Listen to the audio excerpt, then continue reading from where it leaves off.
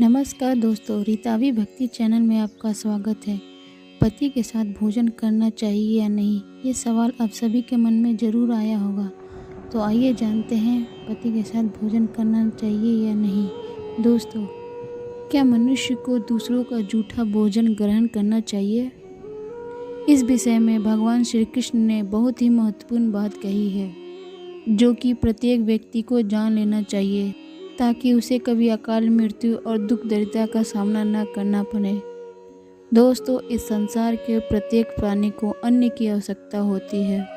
अन्न से ही उसे ऊर्जा प्राप्त होती है। हर पशु के लिए अलग अलग प्रकार की अन्न की जरूरत पड़ती है। मनुष्य हो या पशु, दोनों ही भोजन ग्रहण करते समय ईश्वर के नियम का पालन करते हैं। इसी प्रकार से मनुष्य के लिए भी भोजन के कई नियम बनाए गए हैं। यदि इन नियमों का पालन किया जाए तो मनुष्य को ईश्वर की प्राप्ति होती है। हमारे शास्त्रों में भोजन करने की दिशा, भोजन के प्रकार, भोजन करने का सही समय, इन विषयों में महत्वपूर्ण नियम बताए गए हैं।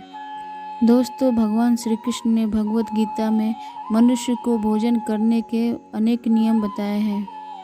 यह नियम भगवान ने जो बनाया है वो मनुष्य को उन्नति दिलाने वाला, दीर्घ आयु देने वाला तथा सभी प्रकार के रोगों से मुक्त करने वाला है। जिस शरीर को भगवान ने बनाया है, उन्होंने ही इस शरीर को शुद्ध और स्वच्छ रखने के उपाय बताए हैं।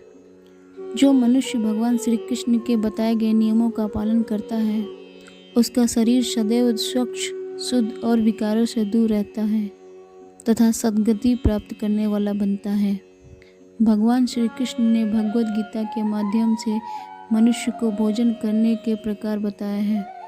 प्रकार के भोजन से मनुष्य की प्रवृत्ति क्रूर और राक्षसी बनती है, और किस प्रकार के भोजन करने से मनुष्य सदाचारी, विनम्र और दूसरे के मन पर विजय करने वाला बन जाता है। मनुष्य जिस प्रकार का भोजन करता है, उसी प्रकार के शरीर और विचार भी प्राप्त होते हैं। इसलिए धन की देवी माँ लक्ष्मी की प्राप्ति के लिए भी उच्च भोजन सामग्री का ही चुनाव करना चाहिए। मनुष्य चाहे गरीब हो या धनवान हो, वह चाहे राजमहल में रहता हो या किसी वन में रहता हो, उसे अपने शरीर की तृप्ति के लिए भोजन अवश्य ही करना चाहिए। परंतु इंद्रियों की लालसा में इतना भी उन्मत्त नहीं हो जाना चाहिए कि वह तामसिक एवं राजसिक आहार का सेवन करके क्रूर तथा निष्ठुर बन जाए। तामसिक भोजन करने वाला व्यक्ति अपनी मान मर्यादा और तथा अपनी शील को भी नष्ट कर देता है, कर्म का मार्ग पकड़ लेता है। राजसिक भोजन करने वाला व्यक्ति क्रोधित, आलसी तथा हिंसक बन जाता है। लेकिन जो व्यक्ति ईश्वर का नाम लेकर सात्विक भोजन करता है, उसका मन पवित्र और सुंदर हो जाता है। ऐसे शरीर में भगवान सदैव ही निवास करते हैं। दोस्तों, वास्तुशास्त्र में बताया गया है कि मनुष्य को किस दिशा में बैठकर भोजन करना चाहिए तथा भोजन करते समय उसका मुख किस ओर रहना चाहिए। भोजन शुरू करते समय मनुष्य को कौन सा मंत्र बोलना चाहिए और भोजन हो जाने के पश्चात उसे क्या करना चाहिए। अगर भोजन करते समय परिवार के सभी सदस्य सही दिशा की ओर बैठते हैं तो घर से क्लेश, दुख, दरिद्रता भी नष्ट हो जाती है और माँ लक्ष्मी की कृपा से घर में सुख और समृद्धि आती है। इसके साथ ही घर के संपूर्ण सदस्यों का स्वास्थ्य भी बिल्कुल ठीक रहता है। इसीलिए हमें वास्तुशास्त्र में बताई गई इन महत्वपूर्ण बातों पर अवश्य ही ध्यान देना चाहिए। दोस्तों, विष्णु पुराण के अनुसार भोजन करने से पहले थोड़ा सा अन्न जमीन पर रखना चाहिए, ताकि देवता, अन्य, सर्प तथा प्रेत पिशाच जो अपने कर्म बंधन से बंधे हुए हैं, उन सभी को अन्न की प्राप्ति हो। यदि भोजन करते समय कोई अतिथि आ जाए तो उसका स्वागत करें और उसे आसन दे के प्रणाम करके उसका सत्कार करें।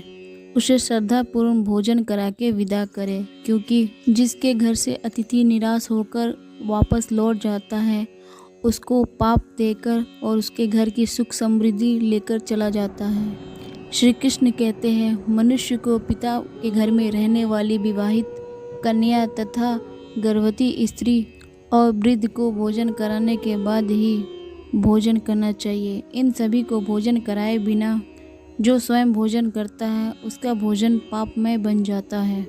ऐसा व्यक्ति नरक में ही जाता है। जो स्नान किए बिना भोजन करता है उसका भोजन मल भक्षण के समान ही हो जाता है। जो बालक एवं वृद्ध आदि के हिस्से का भोजन करता है उसका भोजन विष्ठा के समान हो जाता है। और जो बिना दान किए ही भोजन करता है उसका भोजन विष के समान हो जाता है।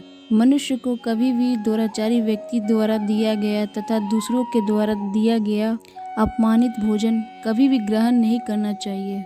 मनुष्य को चाहिए कि परोसे गए भोजन का अग्रभाग अग्नि को देकर ही ग्रहण करना चाहिए। भोजन को एकाग्र चित्त होकर ही करना चाहिए। प्रथम मीठा, फिर लवण और खट्टा और अंत में कटु एवं तीखे पदार्थों का सेवन करें। और भोजन करने के प्रथम 3 निवाले मौन होकर ग्रहण करने चाहिए।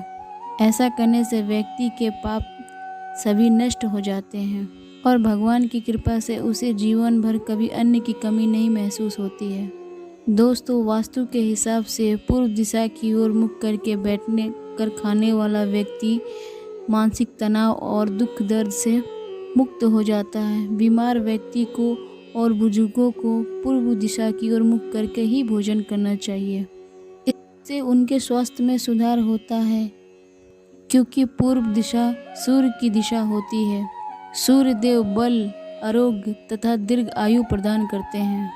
अगर कोई व्यक्ति व्यवसाय में तरक्की चाहता है तथा नौकरी की तलाश में है तो उत्तर दिशा की ओर मुख करके भोजन ग्रहण करें। उत्तर दिशा माँ सरस्वती की दिशा है। इससे उसको कार्यों में सफलता प्राप्त होती है। ध्यान रहे, दक्षिण दिशा की ओर मुख करके भोजन न ग्रहण करें। यह दिशा यम की दिशा है। वास्तुशास्त्र के अनुसार टूटे फूटे बर्तन में ग्रहण भोजन नहीं करना चाहिए।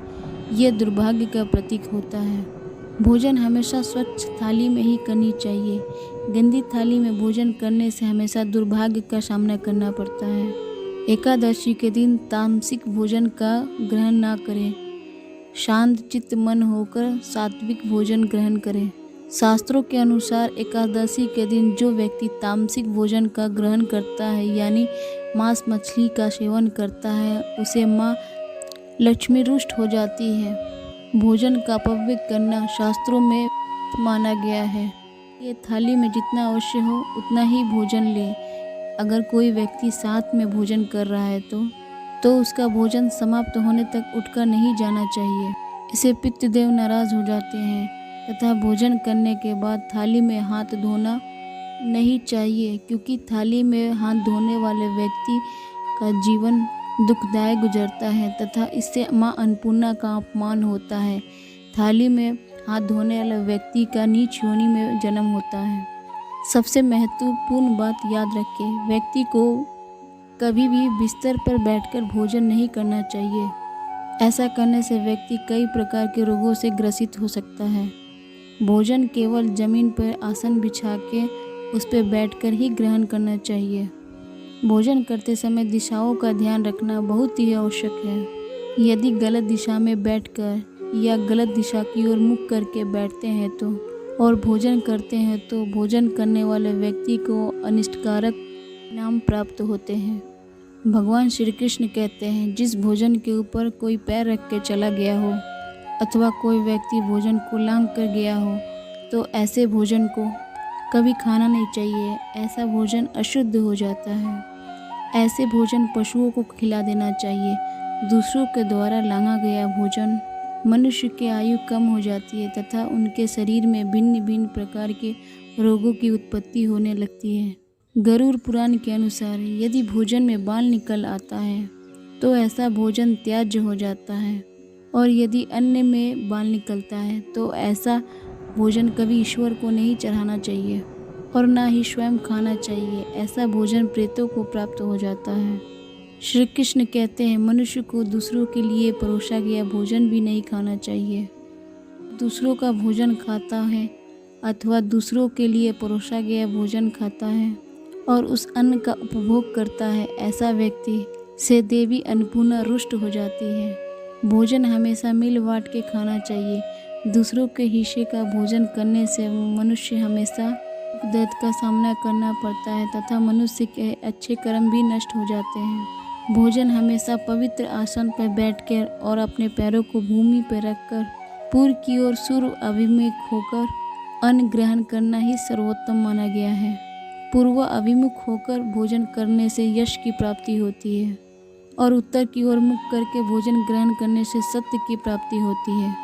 दोनों हाथ, दोनों पैर तथा मुख को धोकर ही भोजन ग्रहण करना चाहिए। भोजन के पात्र को जमीन पर रख के अन्न ग्रहण करना ही सर्वश्रेष्ठ माना गया है। शास्त्रों में इस प्रकार के भोजन को उपवास के समान माना गया है। मनुष्य को हमेशा क्रोध अरहित होकर भोजन ग्रहण करना चाहिए। क्रोध में रहकर भोजन ग्रहण करने से हमेशा भोजन का अपमान माना गया है और कई व्याधियाँ उत्पन्न होती है। और यदि चित्त कहीं और हो, इसमें भी भोजन नहीं करना चाहिए और गुस्से में भोजन कभी नहीं करना चाहिए। और जो व्यक्ति जूते पहनकर भोजन ग्रहण करता है, ऐसे भोजन को आसुरी भोजन कहा गया है। ठीक मध्य में और ठीक मध्याह्न होने पर भोजन करना भी अशुद्ध माना गया है।